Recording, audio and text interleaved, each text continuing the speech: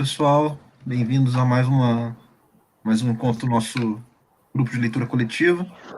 A gente hoje vai discutir os capítulos 12 e 13, e aí a gente começa, evidentemente, pelo 12, duas variantes, dos Cantábricos até o mar, Vale do Douro e o Alto Vale do Ebro, desde os meados do século VIII até a primeira década do século X. Bom, Thiago, tu quer começar mostrando para a gente a localização dessas variantes? Pode ser. Vou colocar aqui compartilhar aqui a tela com quem está nos assistindo. Né? Bom, compartilhei aqui. Está aparecendo aí para vocês? Tá aparecendo aí, sim. Apresenta ele no mapa, Thiago. É mais ou menos onde é que está falando. Para as pessoas não acharem que é essa zona achurada, não. Não, fundamentalmente, se vocês puderem acompanhar meu cursor, ele fala até em um quadrado, né? Ele está se referindo fundamentalmente a essa região aqui. Até, a gente poderia dizer até um pouquinho, até aqui mais ou menos, né? Ele está falando... até um ponto em que o quadrado não vira retângulo. Né? Então, entre os Cantábricos e aqui a região do Vale do Douro, tá? E o Alto Ebro, né? Que eles chamam. Pegando ali o Alto Vale do Ebro também, naquele cantinho oriental. Tá? Ok? Enfim. Alguém começa fazendo algum destaque do capítulo 12?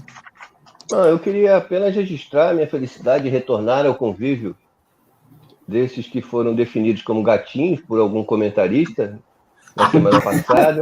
Quero dizer que concordo com isso e peço desculpa por rebaixar o nível médio da beleza do grupo. Mas é muito bom estar de volta aqui. É bom ter você com a gente de novo também, Mário. Não, e tem gente que curte gerontofilia, Mário, então fica de boa.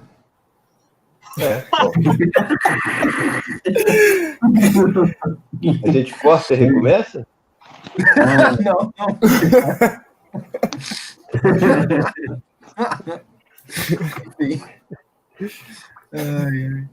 Depois desse comentário inicial do Mário, alguém tem algum comentário sobre o capítulo 12?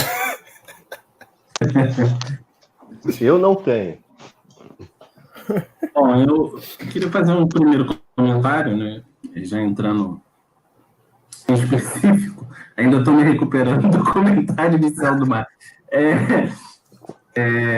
Queria entrar em específico aqui nesse primeiro tópico, né, que o João Bernardo chama de relação entre regime senhorial e o campesinato independente. E aí é bem interessante porque ele determina essas duas variantes como, digamos assim, como duas variantes que se auto-influenciam, estão em uma conexão muito próxima, né? E em função até do que ele vai desenvolver, chamar de processo de migração, ou deslocamento de uma variante para outra. E aqui tem um elemento muito interessante, que eu acho que vale a gente começar a considerar, que é a quantidade de camponeses independentes que ele destaca ao longo desse primeiro tópico, né? Então, seria uma região onde, de certa maneira, teria prevalecido durante entre os séculos 8 e 10 uma grande quantidade de camponeses independentes e que esse fator não teria sido, de certa maneira, impeditivo para a expansão do regime senhorial. E esse é um elemento muito interessante que é casado com um outro ponto que eu também queria levantar, que aqui o João Bernardo, nessa variante, realiza o poder do rei, né, digamos assim, como um elemento fundamental para a expansão do regime senhorial. Então, por um lado, a gente tem uma grande quantidade de camponeses independentes, e por outro, a gente tem a realeza como um elemento-chave de expansão senhorial. Então, são dois elementos aqui que vão aparecer, ao meu ver, que chocam bastante com visões muito tradicionais acerca desse processo aqui que a gente conhece como, de forma muito genérica, como Reconquista, né? Então, esses são os dois primeiros elementos que eu queria destacar a respeito desse primeiro tópico, né? A quantidade de camponeses independentes, e que esse fator não é um fator que limita a expansão do regime senhorial. Na verdade, o regime se expande em até certo nível, fazendo uso desses camponeses, digamos assim. E, por outro, o papel que a realeza ocupa nessa expansão do regime senhorial, né? Aqui são dois elementos que são muito interessantes, eu acho que vale a gente considerar.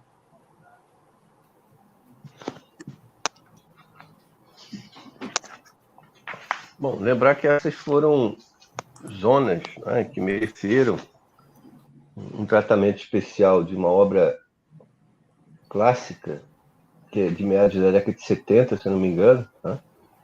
E uma obra muito polêmica na historiografia espanhola, né?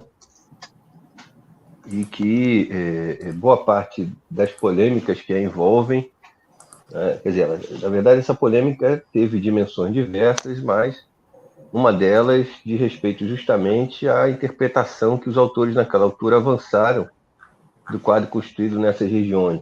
Os autores são Abílio Barbeiro e Marcelo Virril. A obra é a formação do feudalismo na Península Ibérica, e os capítulos específicos relativos a essa zona, né, mereceram desses autores uma caracterização, e num contexto em que era muito marcada a perspectiva marxiana, né, muito trabalhada pelos autores do leste europeu, né, da ideia de que o modo de produção feudal era resultado, seria resultado da fusão histórica entre dois modos de produção anteriores de decomposição, o escravismo, o escravista romano e o germânico, né? Uma fusão decorrente da penetração germânica no mundo romano. O Abílio Barbeiro e Marcelo Virril teriam apresentado, né, um primeiro quadro que, segundo os autores, seriam alheios a esse processo, né? O que implicaria, portanto, uma outra vertente de formação do feudalismo que não resultado desse processo de fusão. Então, remetendo a essas regiões, eu acho que, no caso deles, incluía, inclusive, as áreas mais próximas dos Pirineus, né? Os autores trabalharam com a ideia de que ali a ausência da presença romana e germânica implicaram, primeiro, num processo de formação do feudalismo local comparativamente mais tardio, projetado aí para o que a gente chama de Idade Média Central, e que, na ausência, portanto, da fusão, o feudalismo ali teria sido fruto das transformações internas das próprias sociedades tribais.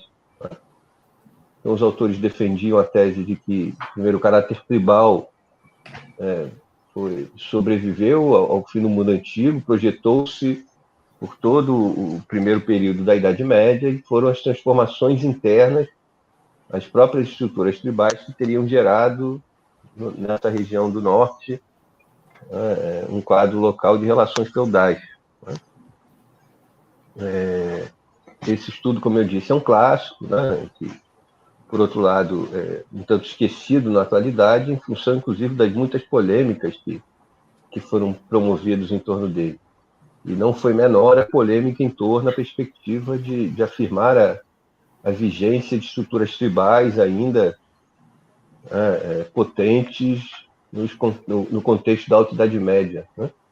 Que só uma transformação acentuada a partir do final desse primeiro período teria permitido uma formação uma autoformação, um processo endógeno de formação do feudalismo que era estranho, né, até essa altura, as vertentes marxistas de análise.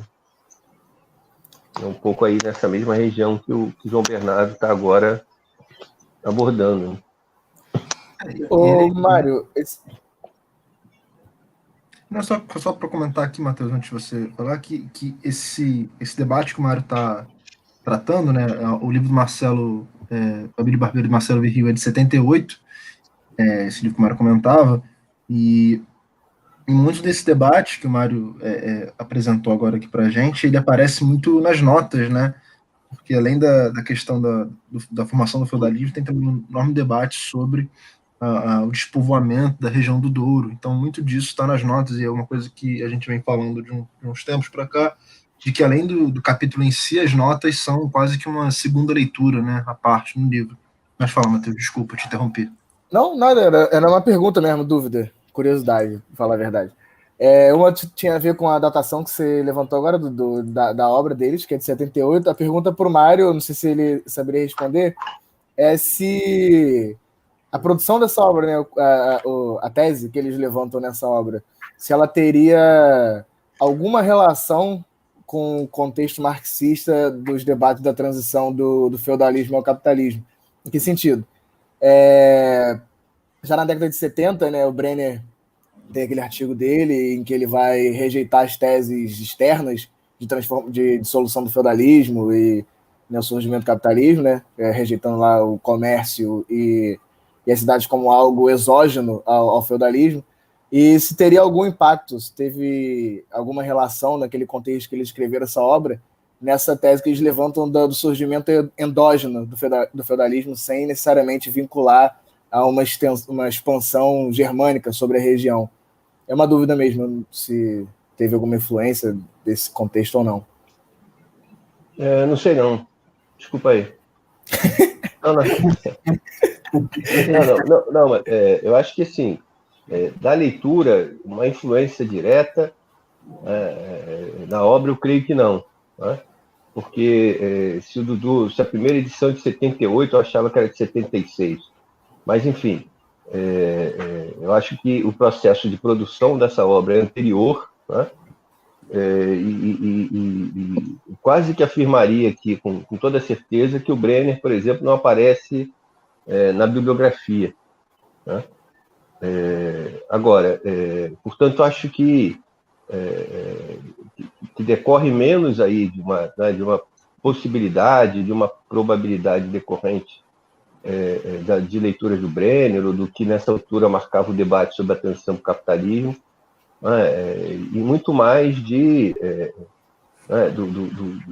naquela altura, do encaminhamento dessa questão. Né?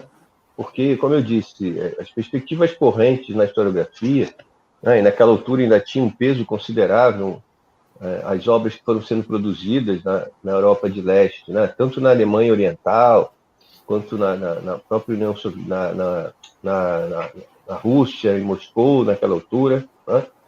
De historiadores do leste, né? Trabalhavam muito a partir dessa referência, né?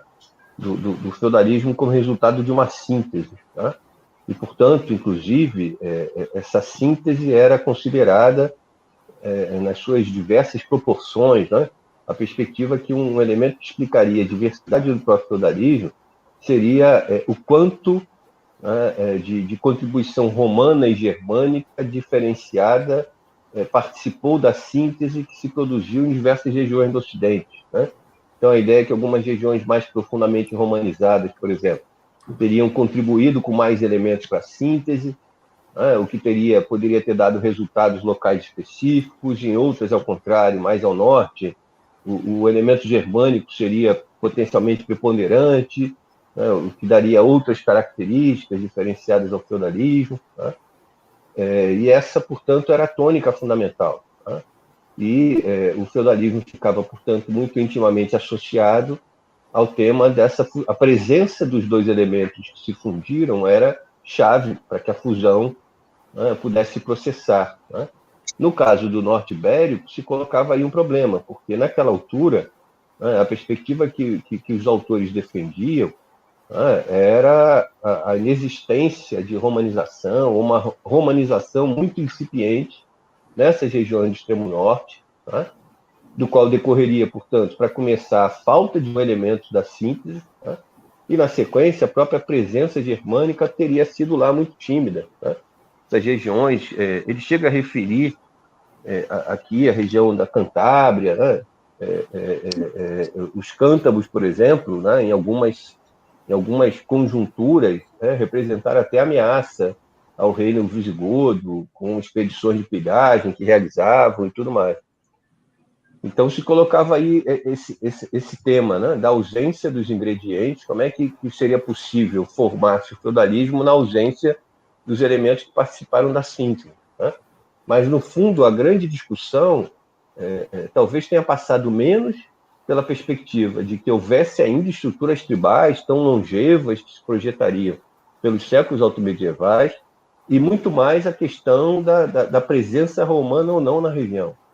Então, os debates foram muito feitos em torno da arqueologia, e há certos textos envolvidos nesse debate que, quando você lê, você vê um certo júbilo, inclusive, da parte de alguns opositores da tese, né, quando a evolução de uma pesquisa arqueológica numa dada região localizava índices materiais que apontavam a vigência de uma grande propriedade, por exemplo. Bom, tem uma vila aqui, achamos uma vila, né, e cada vila era celebrada, né, como expressão da presença romana e, portanto, do equívoco.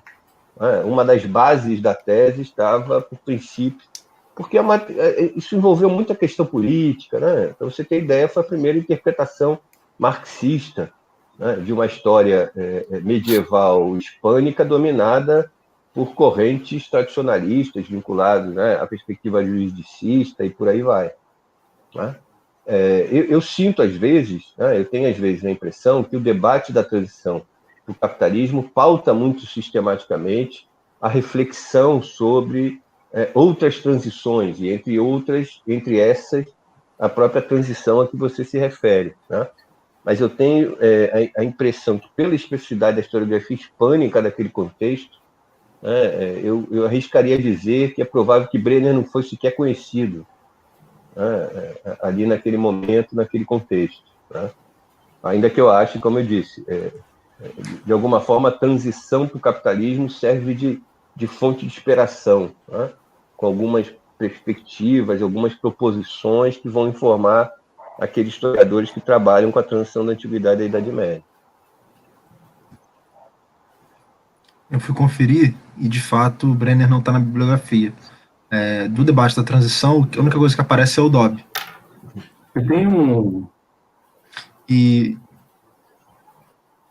Fala, Não, eu ia comentar que tem uma edição de 2015, né, uma reedição, né, de 2015, com o prólogo do Eduardo Manzano.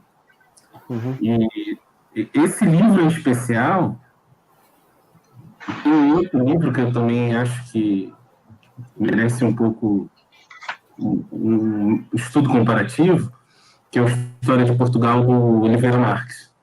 São dois livros, digamos assim, escritos em contextos bem complicados, né, de repressão, né, de regimes, seja o regime salazarista, seja o regime franquista, né. O Oliveira Marques, por exemplo, vai escrever a História de Portugal nos Estados Unidos, né. E eu acho que esses contextos tiveram um peso muito grande, né. Acho que a gente não pode descartar. Talvez nessa questão internalista, né, nessa interpretação internalista, talvez tenha um peso significativo, né? Pelo menos ao meu ver, parece que tem. Mas vale a pena conferir esse prólogo do Manzano. Eu não conhecia essa edição de 2015. Bacana. Tem ela aí? Depois me manda. Não, há um livro, uma coletânea, tipo atas de congresso, eu acho que até que aquilo foi um congresso, sim, que foi dedicado basicamente à avaliação histórica dessa obra. Né? E é óbvio, envolveu uma série de autores. Eu acho que penso que a maioria, em algum nível partidário das teses, ou que pelo menos reconheciam a importância histórica, a obra dos dois, né? E é bem interessante esse material, porque é um balanço feito, sei lá, cerca de 20 e poucos, quase 30 anos depois, se não me engano, é de fim da década de 90, né? Uma reavaliação que pretendia, eu acho, promover um balanço mais equilibrado, né? Porque essa obra envolveu muitas paixões. Para mim, é o maior exemplo do que eu conheço de uma historiografia, do quanto a historiografia pode mexer, né? com as paixões, com as visões de mundo, com as vinculações políticas dos autores, do meio acadêmico de um país, de uma região, né? E o quanto isso manifesta, o quanto isso implicou que a obra, em algum momento, a obra se perdeu, a obra foi perdida, né? Pelo fato de que os debates avançaram muito mais em torno dessas paixões pessoais, né? De disputas, brigas acadêmicas, e eu acho que esse debate da década de 90, de alguma forma, restabeleceu a obra, né? Com juízos mais equilibrados, positivos e negativos, né? Tentando estabelecer ali o que ela fez avançar, pontos fortes da obra, pontos fracos, mas um balanço menos atravessado aí pelas paixões, né? Que fez a obra se obscurecer assim, durante muito tempo. Eu não sei como foi esse processo de transição na Espanha, né, pós o regime franquista. Eu lembro que eu até separei, na época que eu estava lá, alguns artigos, tinha um livro também, falando um pouco sobre essas mudanças do sistema universitário, mas a sensação que eu tenho, o que eu lembro de conversas que eu tive por lá, é que ainda, digamos assim, grandes reacionários seguiram com muita influência nas universidades espanholas, e por muito tempo, digamos assim, os discípulos do Abílio Barbeiro e Marcelo de Rio, digamos, discípulos muito entre aspas, né? Acho que são mais herdeiros intelectuais, demoraram muito tempo a poder revitalizar essa obra e mesmo até poder reconsiderar o impacto que ela teve de forma significativa. E ainda hoje parece que, embora tenha uma leitura melhor sobre a obra, ela ainda é muito rechaçada em muitos pontos, né? Evidentemente por ser uma obra datada, mas muito mais por uma questão ideológica do que pela qualidade do trabalho em si. E questões pessoais também. Ah, sim, questões pessoais. Mas tem aqui, Mário, acho que esse capítulo aqui tem uma influência muito grande da visão do Abílio Barbeiro, do Marcelo Rio. É muito legatário da visão deles.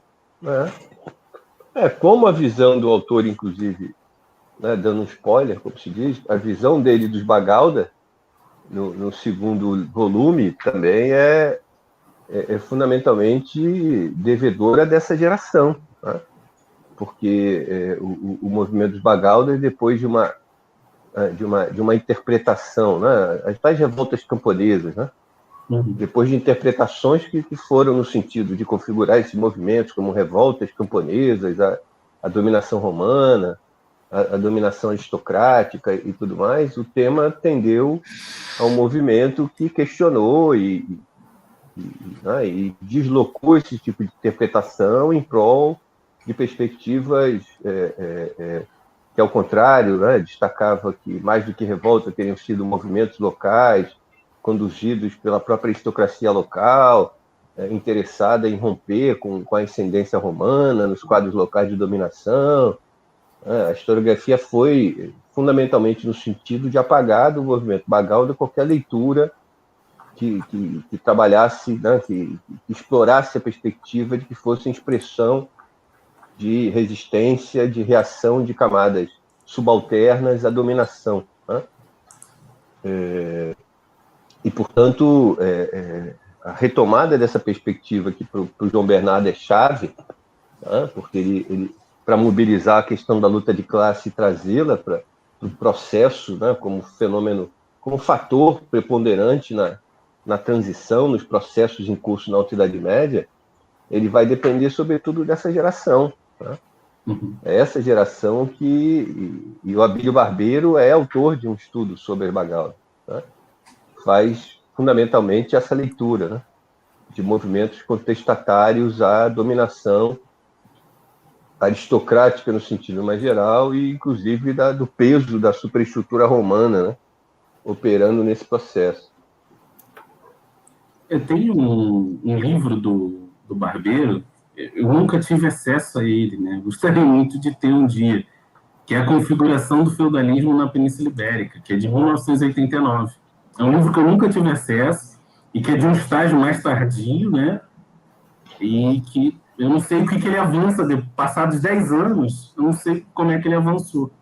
E aí seria bem interessante, eu não sei se o Mário tem esse livro, o Eduardo tem, mas é um livro que eu gostaria muito de ter contato para ver como é que ele avançou, algumas teses, ou review, enfim. Mas parece que é um livro que não fez muito sucesso.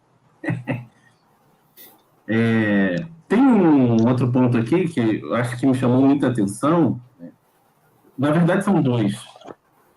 Um, que para o João Bernardo, essa discussão do povoamento ou do despovoamento, para ele não me parece muito central, porque ele fala que, ainda que povoado ou despovoado, ou sofrendo um processo de migração, ou se houvessem camponeses, os dois processos aconteceram. E, de certa forma, esse processo de migração do norte para o sul trazia consigo algumas estruturas também desse regime senhorial. Principalmente, e não inicialmente, né, porque desenvolve uma ideia de que esses movimentos foram espontâneos, mas posteriormente, quando a realeza passa a articular esses movimentos de expansão.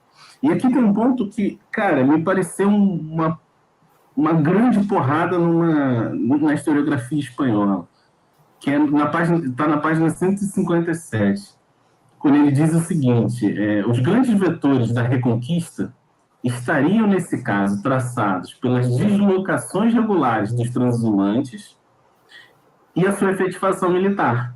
Era tanto mais possível quanto a criação de gado predominava a aristocracia. Ou seja, havia um sistema de transhumância, cada vez mais, nesse processo de migração desses camponeses, esse sistema, essa forma transhumante, necessitava de mais espaço, e por necessitar de mais espaço, essa aristocracia foi necessitando cada vez mais se envolver em guerras. E aqui tem uma virada de lógica muito interessante. Eu não me lembro qual é a nota de rodapé, mas tem uma nota de rodapé que o João Bernardo diz o seguinte: que, diferente de alguns historiadores que encaram a guerra como fator ou motor predominante, ele acha ou ele considera que a guerra não pode ser um fator explicativo-chave, porque a guerra existiu em todas as sociedades e não pode explicar o movimento social. E aí, essa cara, crítica aí é uma crítica direta ao Alain Guerreau. E é uma crítica também, a meu ver, aquela concepção ainda muito corrente na historiografia de que a Reconquista é um motor e não fruto de um processo social. A guerra, né, no caso, aquela ideia de sociedade organizada para a guerra e por aí vai. E na França, o Alain Guerreau, naquela obra também, acho que da década de 70, o Feudalismo Horizonte Teórico. Acho que é 78 também, ou 79, uma coisa assim. Essa é a referência-chave para ele, né? Naquele modelo lá que ele avança depois de ter criticado meio mundo de historiadores que trataram da temática, nem o Bloch se livra da língua ferina do Guerreau. Ele avança um modelo que no mínimo tem pouco fôlego, né? Depois de tanta crítica que ele fez. E nesse modelo ele considera que a guerra é o elemento chave da dinâmica da reprodução do sistema, da expansão do sistema. Esse é um tema super relevante, em especial em contraste com a historiografia que a gente tem mais contato, porque me parece, em algum nível, que considerar a guerra como um elemento-chave do sistema feudal só pode ser, além de tudo, uma possibilidade se a gente considerar ele restrito apenas à aristocracia. E ainda assim ele faz pouco sentido. Até porque a gente pode perguntar por que fazem a guerra. E parece que, pelo menos entre os franceses, essa é uma resposta muito pouco requisitada. Então, nesse sentido, o debate que o João Bernardo está tratando é elementar. a chave do sistema do regime senhorial é a dominação sobre o campesinato. A guerra é uma das suas manifestações, das suas expressões de disputa no seio dessa formação social, mas não a base. Enfim, até porque, nesse sentido, também mobilizo uma passagem que achei curiosa, na página 158. João Bernardo está destacando aqui que um dos elementos constitutivos do campesinato independente é a sua vinculação direta ao rei. E aí, logo no início, ele comenta: o reforço da capacidade tributária do rei, resultante do sistema social prevalecente na zona dos vales do Douro e do Alto Ebro, fez sentir os seus efeitos na outra zona, permitindo-lhes cobrar aí tributos de antigos independentes, caseiros de outros senhores. Eu acho essa passagem bem importante para destacar algo que deve ser levado em conta. Esse sistema está em constante, esse regime está em constante movimento. E pressupõe choques e colisões de domesticidade. E acho que isso se acentua nos séculos seguintes. Os senhores estão sistematicamente disputando a exploração sobre comunidades rurais. E quando podem, avançam em áreas de domesticidade de outros senhores. E quando podem, os sobrepõem ou incorporam nas suas redes de relações pessoais. Esse é um elemento dinâmico muito importante da formação e da dinâmica mesmo do regime senhorial. E acho que, nesse sentido, tem uma vinculação importante com a guerra. Essa classe dominante vai disputar a exploração sobre as comunidades rurais. E, em algum nível, tende a fazer. Agora, se a gente consegue, como se encaminham boa parte dos franceses, tentar entender a guerra como um fenômeno isolado da exploração de classe, parece que ela perde muito de sentido.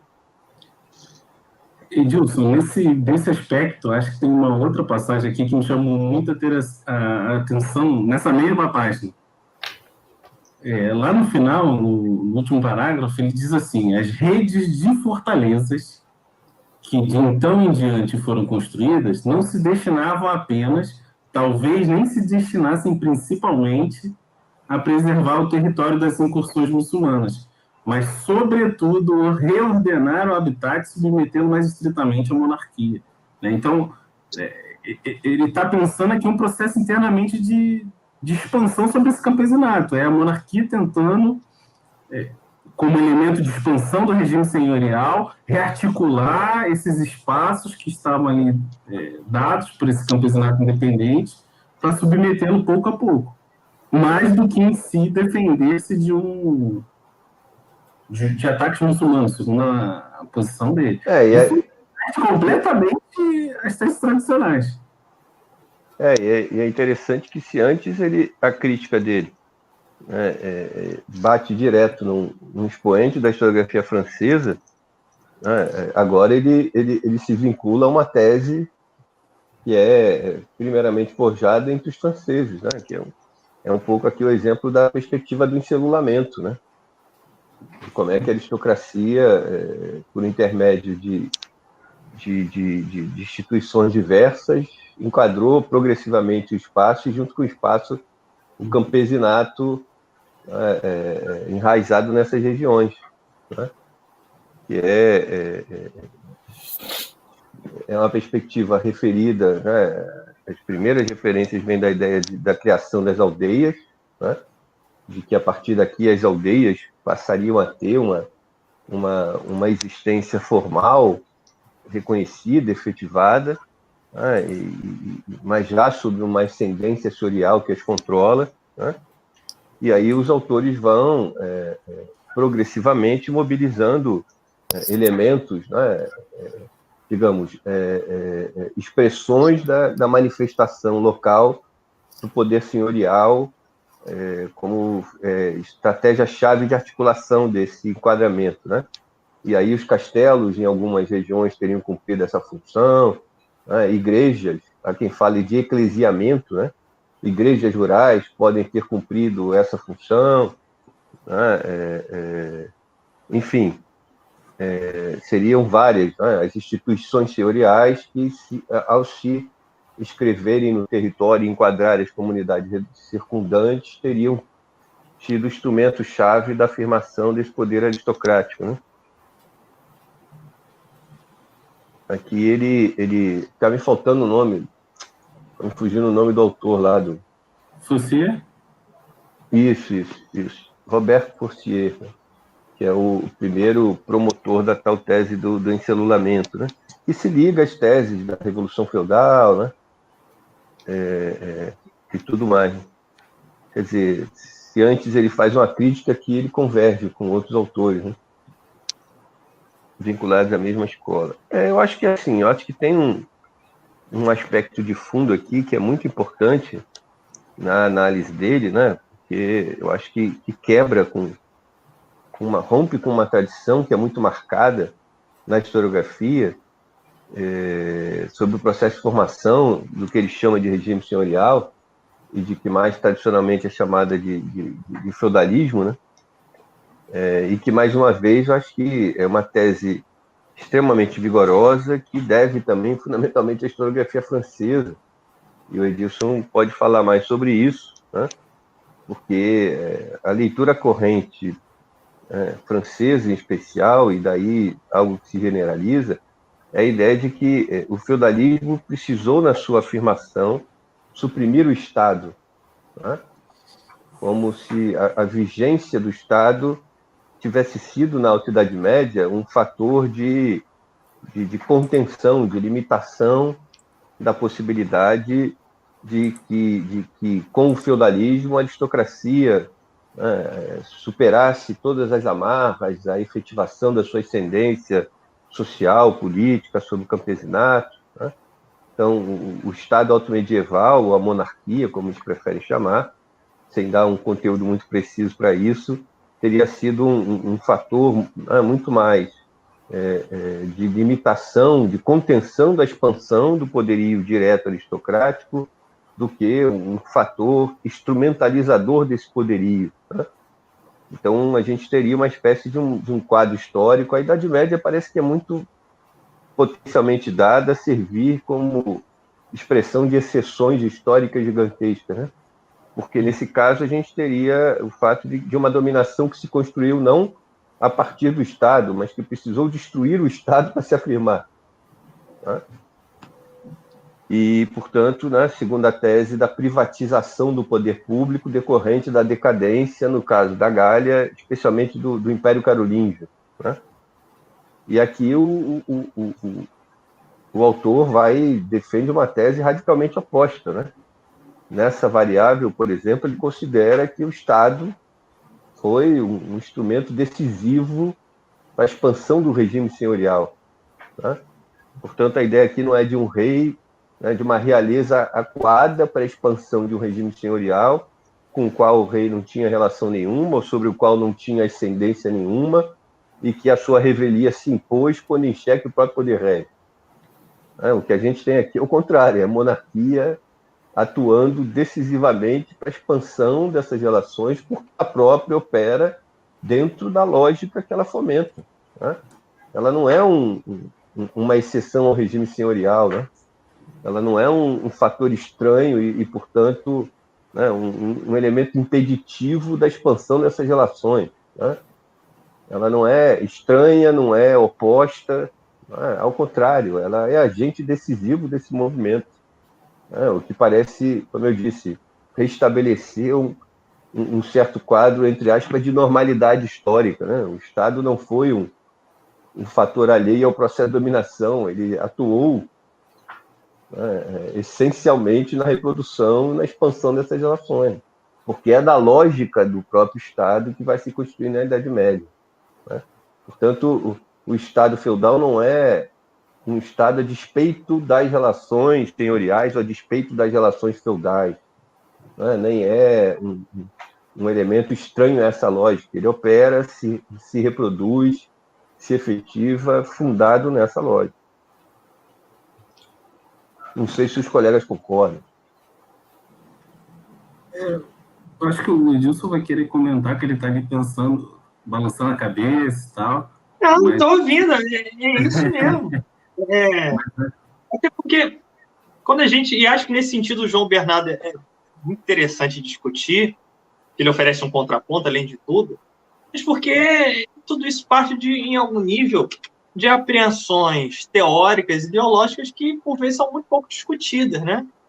É associar, essa tese é muito legatária, a uma perspectiva de vislumbrar na Idade Média a chave público-privada, associar mecanicamente monarquia e Estado, e uma impossibilidade, sobretudo legatária, de um quadro teórico orientado nas referências de Weber, de pensar outras formas de Estado, outras configurações históricas possíveis que não aquela.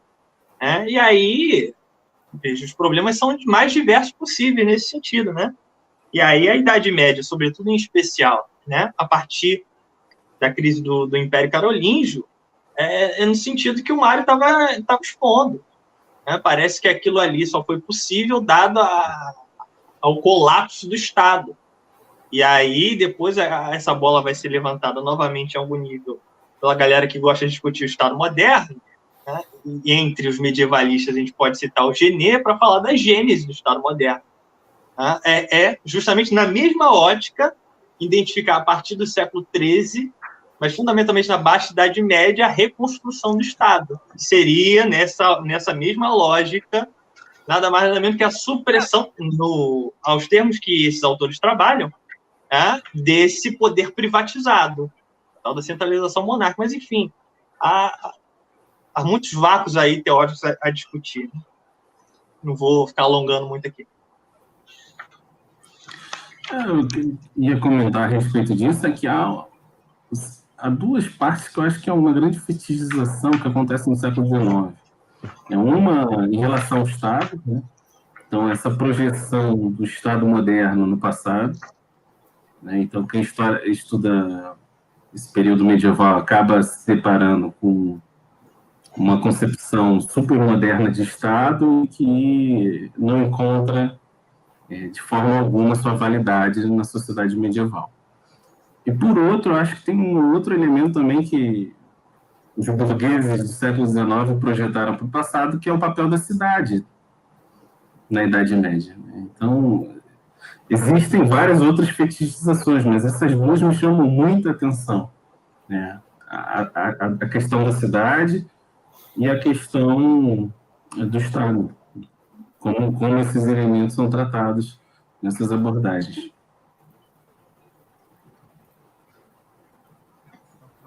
Não insistir mais ainda na questão, mas um outro ponto desse elemento que o Mário destacou é a centralidade que tem aquela dicotomia entre Estado forte e Estado fraco durante a Idade Média. Né? Aqui o Estado é forte porque o rei consegue controlar a aristocracia. Não, aqui o Estado é fraco porque o rei é submetido aos poderes aristocráticos, quando ignoram que o rei é parte dessa dinâmica como um todo. Então, acho que... E a gente vai ter a oportunidade de discutir aqui nesse volume ainda a leitura que ele faz do poder régio, né? Então, acho que vai ser interessante. E no próximo capítulo, né, inclusive, a gente podia, de repente, começar a avançar mais no capítulo 12, porque no capítulo 13 ele considera um pouco, lá nas constantes, a questão do poder régio. Né? De repente, a gente pode falar um pouco melhor sobre isso lá. Eu queria só fazer um pequeno adendo, inclusive dentro do que vocês estão discutindo, da genialidade do Mário em trazer esse debate e a importância dele. Acho que ainda falta, de alguma forma, uma certa idealização muito mal feita, e aí acho que eu concordo com o Tiago, sobretudo dessa época moderna, do que seria esse Estado moderno. E parece que depois do século XV, a coisa se resolveu. O rei controla de maneira absolutista o poder e está dado ali o Estado detentor do monopólio da violência. Eles identificam aquilo ali como... Você vai olhar a França do século XVI, por exemplo, é a França da Guerra Civil, é a França de huguenotes contra católicos, que tem uma expressão de disputa aristocrática e domínio sobre as comunidades rurais formidável, que se estende pelo menos até o Edito de Nantes, no final do século XVI. No século XVII, a gente também verifica um conjunto de conflitos Luís XIV também vai vivenciar o que seria até então o auge do absolutismo, é um conjunto de tensões internas, tendo que suprimir setores da aristocracia. Então, eu fico em dúvida se esse Estado moderno, até mesmo nessa tal modernidade, existe ou opera sob esses termos.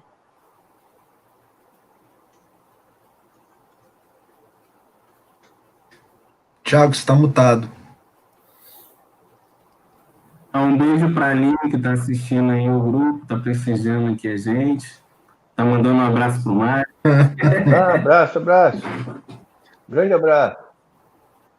Pro Mário que nos brinda sim com sua genialidade, apesar da careta que ele fez quando o Edilson falou.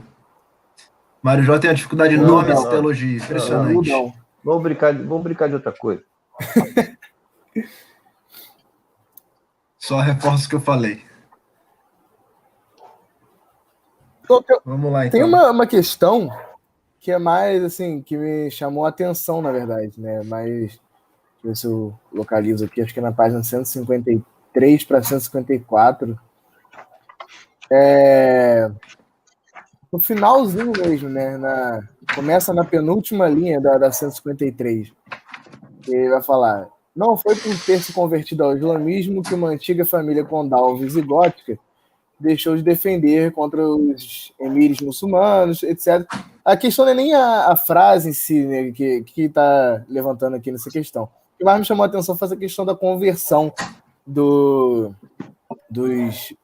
uma família condal visigótica, enfim, ao islamismo. E me parece, aí, como eu também não tenho muito contato com estudos da Alta Idade Média, me parece que são temas pouco trabalhados, mais trabalhados quando vai se falar da conversão ao cristianismo, principalmente quando vai se falar da era viking. Aí tem o rolo, por exemplo, acho que talvez seja o caso mais emblemático lá na Normandia, né? Para quem é português de Portugal, o famoso rolão. E a gente tem também lá na Inglaterra, a gente também tem.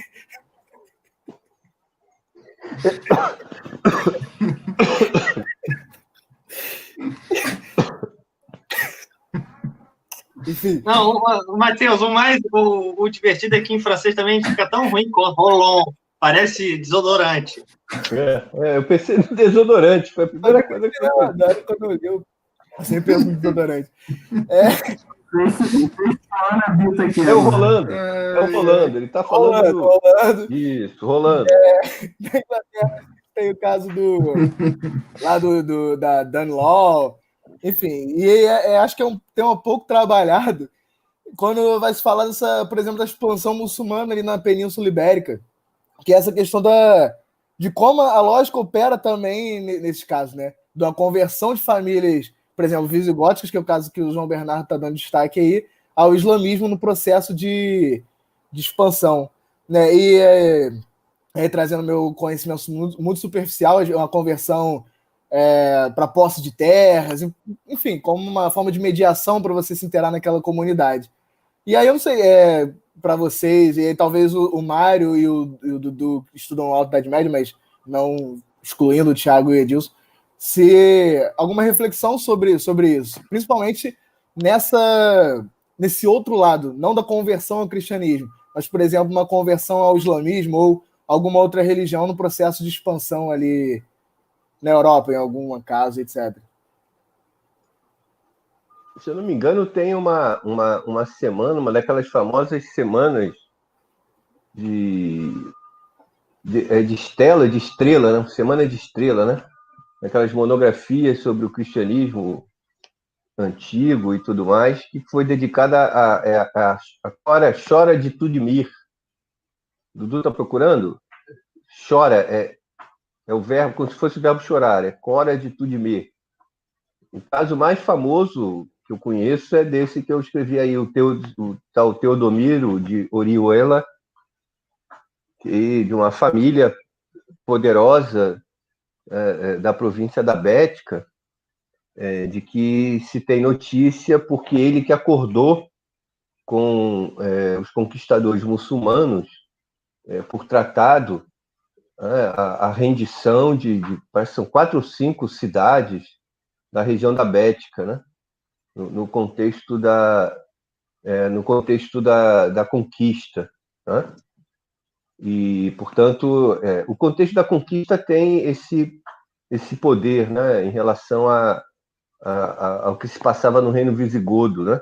A gente tem indícios diversos e a conquista reforça algum deles. Por exemplo, o surgimento desse grande senhor, né, com capacidade, inclusive, para pactuar com os conquistadores, e do qual se fica sabendo naquela altura que ele aparentemente exercia o poder sobre uma vasta região do sul da Península Ibérica, né?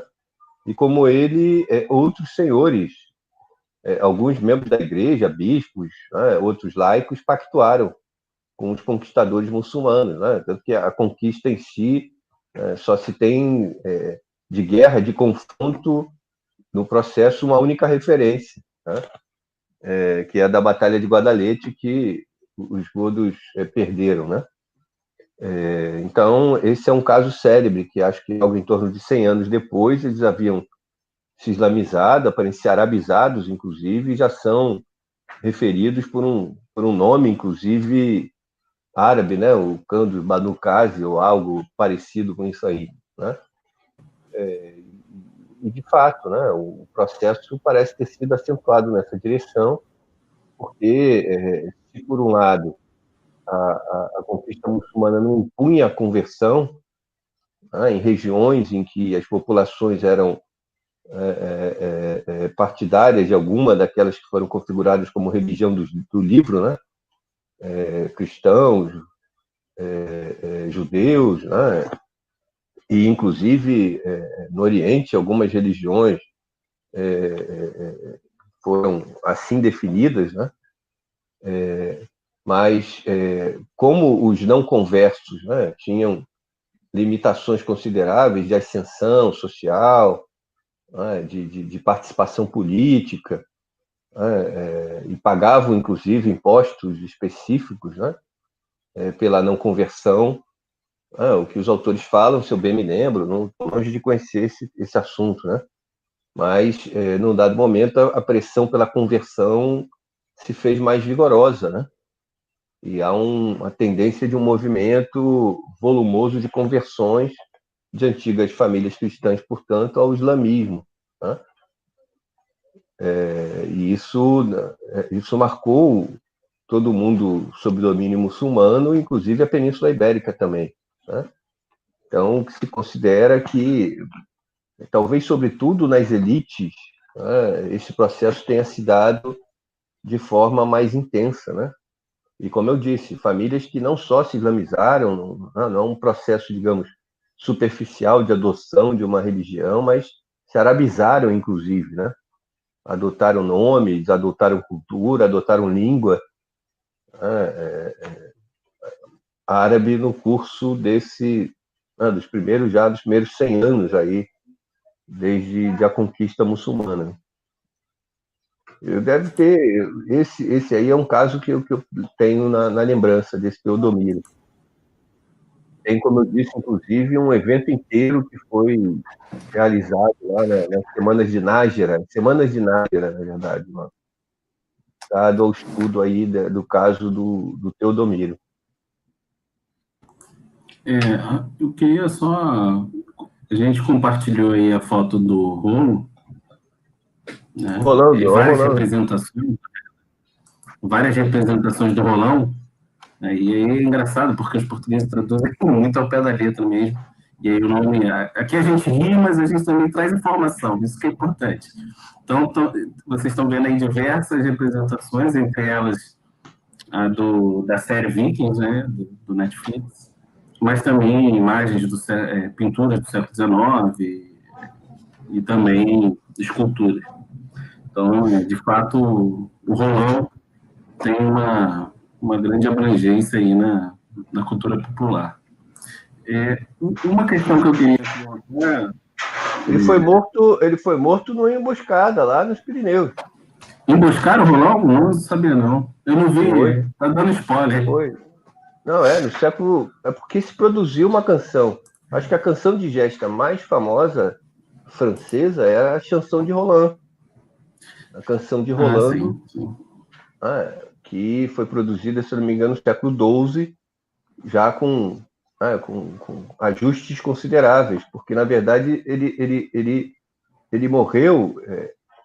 Eu acho que, aliás, a gente está fazendo referência aí ao Rolando errado, porque o Rolando em questão morreu na retaguarda, numa investida carolíngia sobre a marca de Espanha, acho que na tentativa da conquista de Saragoça, se eu não me engano, e o exército carolíngio refluiu depois do cerco pelos Pirineus, e o Rolando comandava a retaguarda. Ele foi emboscado, na verdade, por bascos, e foi morto na emboscada por bascos.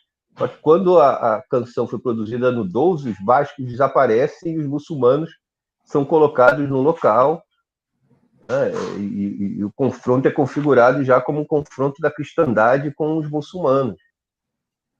Mas esse Rolando aí seria um que viveu ainda no período carolíngio. É que depois essas contaminações foram se produzindo, né? E só para fechar essa questão que o Mário tinha falado, essa questão do Teodomiro de Orihuela aparece, acho que também, se eu não estou equivocado, na crônica Moçárabe, de 754. É a primeira referência que tem a ela. E aí depois a gente consegue acompanhar a trajetória dessa família e, de fato, como o Mário estava descrevendo, ela se converte, enfim, se mantém naquela região de alguma forma ainda bastante proeminente. O Mário está destacando aqui que em português é Roldão, né? E o Rolão seria o Viking. Mas tem uma questão aí nisso que o Matheus e o Mário e o Eduardo estão comentando agora, que eu acho que vale a pena a gente tocar, que é o fato de que muitas vezes os medievalistas acabam atribuindo ao cristianismo ou ao islamismo uma espécie de capacidade histórica de determinar as ações das pessoas, né, dos sujeitos históricos. Então, se desconsidera, por exemplo, os fatores econômicos, fatores sociais e por aí vai. E aí, muitas vezes, a gente tem visões muito esquemáticas, né, dessas relações entre muçulmanos e cristãos, justamente por se desconsiderar esses outros aspectos. E aí, às vezes, a gente vê verdadeiras situações ou interpretações bem estranhas, do tipo, como determinado aristocrata visigodo modificou de lado de forma muito fácil, coisas do tipo, quando na realidade existe um conjunto significativo de situações sociais acontecendo que para além da própria religião cristã, né? Então acho que vale destacar isso, e também destacar que essa visão simplória da religião projeta também certas rupturas. O que demonstra para mim o caráter muito pragmático de certas ações dos aristocratas.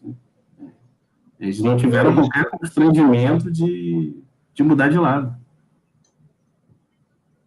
Para defender seus patrimônios.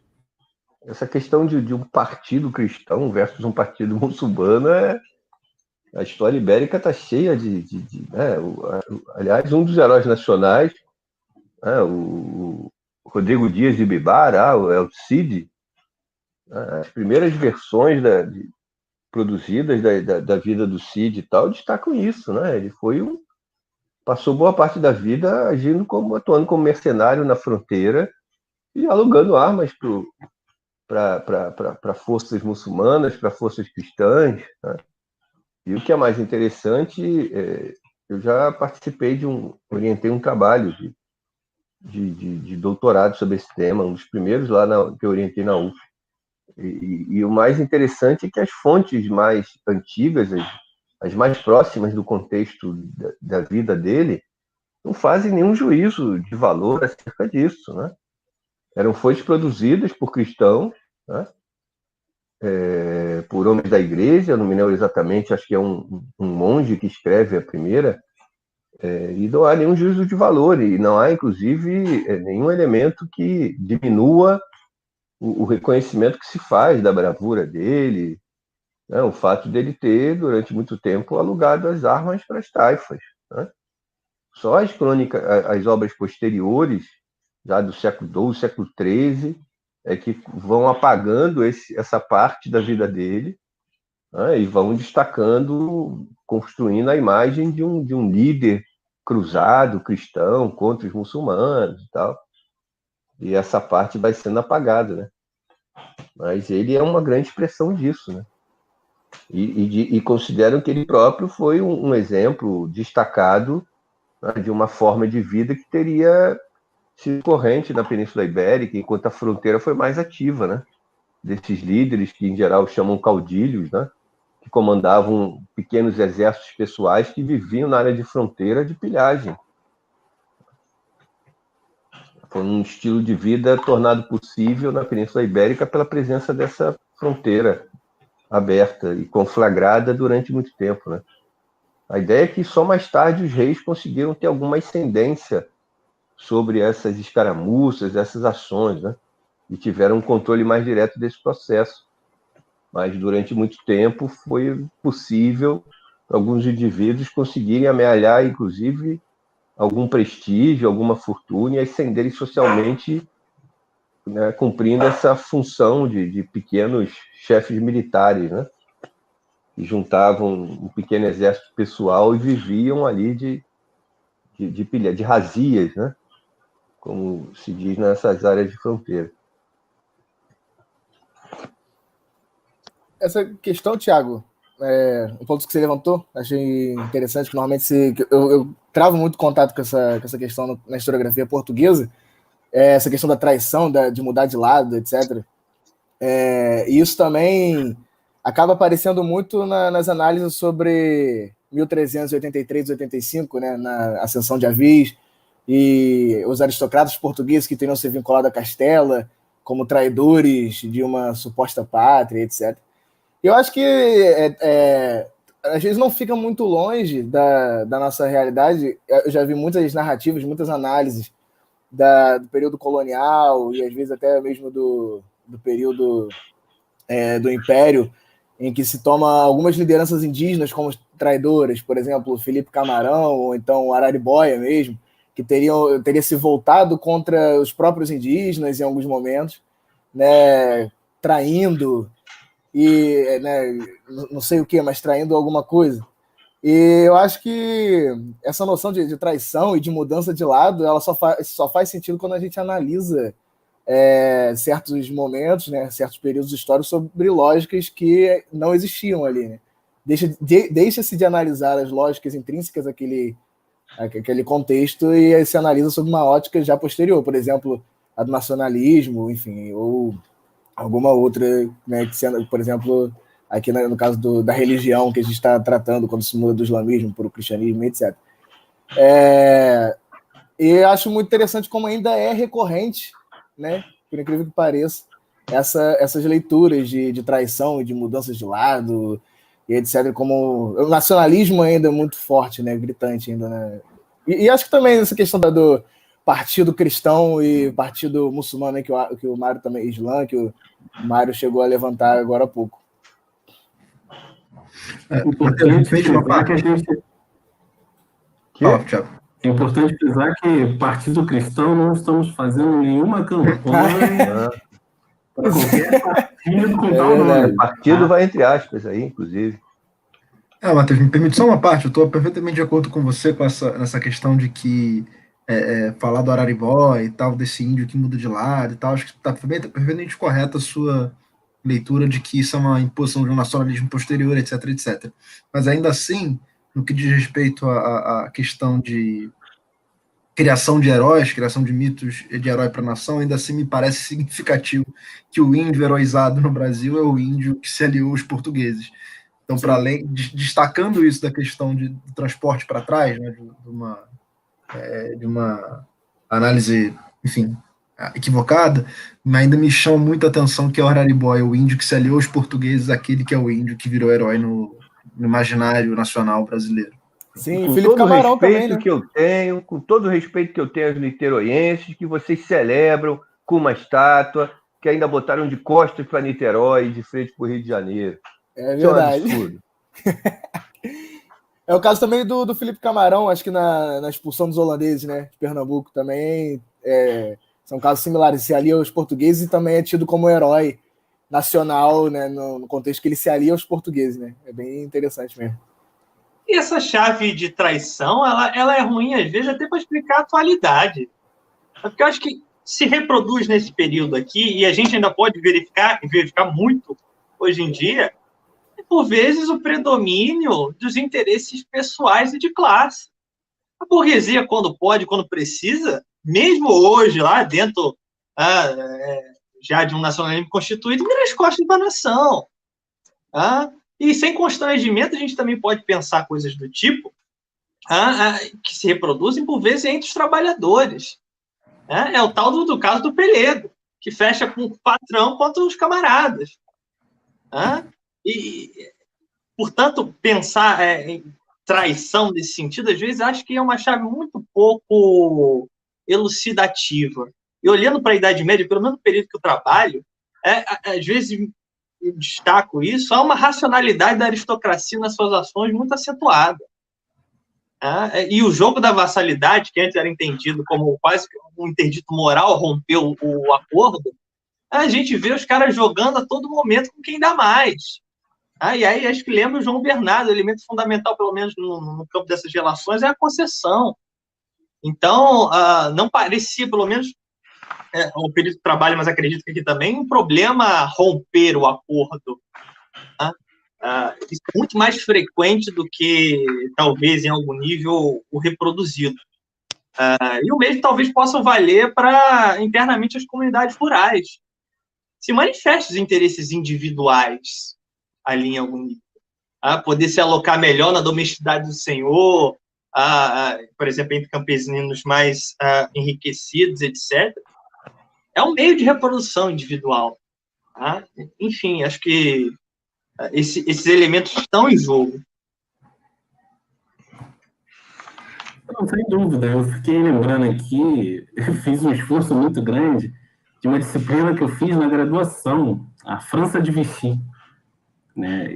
E aí, o quanto que, né, a gente também não simplifica demais e pasteuriza essas relações sociais, né? E a dificuldade que é, ainda hoje, para esses europeus tratarem desse passado. Né? A gente, com certo distanciamento e tal, ainda muito condicionado também por uma visão historiográfica, acaba caindo em certos percalços, mas para eles também é uma situação complicada se livrar de certos paradigmas, né, nacionalistas. Então, essa ideia de traição realmente simplifica demais essas relações sociais e acho que tira até a agência dos sujeitos, né? Como se os sujeitos fossem simplesmente condicionados pela maré da história, não, quer dizer, condicionados não, levados pela maré da história e não agissem sobre ela, né? Então, enfim, tem um comentário aqui do Rodrigo, acho que em relação ao que o Eduardo falou, né?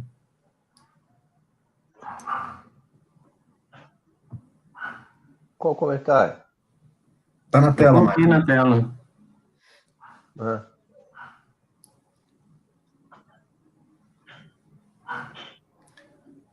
Não, sim. A questão da necessidade de um herói para construir uma história da ação, tudo bem. Eu estou de acordo que isso foi um processo que fez sentido, enfim. Mas o que me chama a atenção acho significativo os heróis que se escolhem. É apenas isso. E o que eu destacava era esse processo de que, enquanto na América Latina o índio herói é o Tupac Amaru, por exemplo, aqui é o Araribóia. Então é só essa referência. Não é um questionamento a essa lógica da nação de construir heróis, tudo bem. Mas os heróis que se escolhem diz muita coisa sobre o projeto de nação que se tem. Perfeito, Dudu. Sim. Ou mesmo que se diz posteriormente a imagem que se constrói desses heróis, né? Acho que a gente pode citar o caso da Revolução Russa. A morte de Lenin foi mobilizada depois pelo regime de Stalin em contraponto a muita coisa enfim, que o próprio Lenin deve se retorcer em espírito, se existir. Puta merda, né? Não, mumificado, inclusive. Mas mesmo Tiradentes, a Inconfidência, a Conjuração Mineira, em contraposição à Conjuração Baiana, como, enfim. Como modelo, né? Exato. E a transformação do Tiradentes na figura de Cristo, enfim, na representação lá. Pedro Américo, o cara do Tiradentes, agora eu não lembro. Agora eu tô em dúvida também. Sim. Enfim. Porque, como eu disse lá do próprio Cid, o Cid Campeador, quando você pega as camadas de construção, figura do Cid, por textos sucessivos, né? Alguns mais próximos à vida dele, outros bem posteriores, né? Essas camadas indicam esse processo de construção, né? Como eu destaquei rapidamente. Ele tem a tese lá que eu orientei, ela foi estruturada com base, se eu bem me lembro, também já tem tanto tempo, mas se eu não me engano, ela teve 3 capítulos fundamentais que abordou a vida do Cid como um senhor superior, né, um suzerano, a vida do Cid como vassalo, o outro, e um 3º capítulo, a vida do Cid como mercenário. E a condição dele de mercenário teve tanto impacto para a vida dele, ou mais até, do que as 2 outras posições que ele obteve depois. Né?